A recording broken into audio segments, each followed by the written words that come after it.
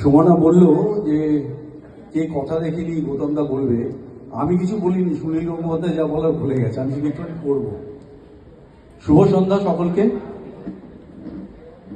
কেউ কথা রাখিনি, এটা খুব পপুলার একটা সময়, তো রেডিওতে বা রেকর্ডে অনেকেই শুনেছেন, তো একবার চেষ্টা করছি করে। কেউ কথা রাখেনি, 33 বছর কাটলো, কেউ কথা রাখেনি। ছেলেবেলা এক মৌসুমী তার আগমনী গান হঠাৎ থামিয়ে বলেছিল, শুক্লা দ্বাদশীর দিন অন্তরাটুকু শুনিয়ে যাবে। তারপর কত চন্দ্রভূ অমাবস্যা চলে গেল, কিন্তু সেই গোষ্ঠী আর এলো না। 25 বছর প্রতীক্ষায় আছি।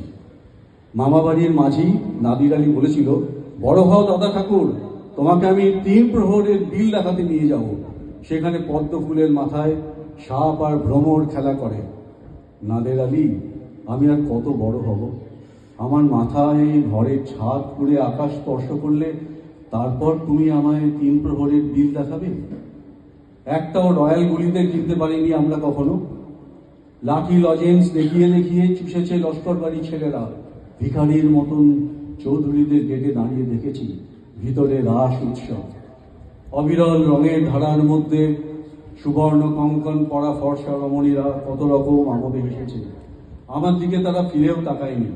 বাবা আমার কাঁধ ছুঁয়ে বলেছিলেন, দেখিস একদিন আমরাও। বাবা এখন অন্ধ, আমাদের দেখা হয়নি কিছুই। সেই রয়্যাল গুলি, সেই লাঠি লজেন্স, সেই রাস উৎসব আমায় কেউ ফিরিয়ে দেবে না। বুকের মধ্যে সুগন্ধি রুমাল রেখে বরুণা বলেছিল, সেদিন যেদিন আমায় সত্যিকারে ভালোবাসবে সেদিন আমার বুকেও এরকম আতরের গন্ধ পাবে। ভালোবাসার জন্য আমি হাতের মুঠোয় প্রাণ নিয়েছি। দুরন্ত ষাঁড়ের চোখে বেঁধেছি লাল কাপড়।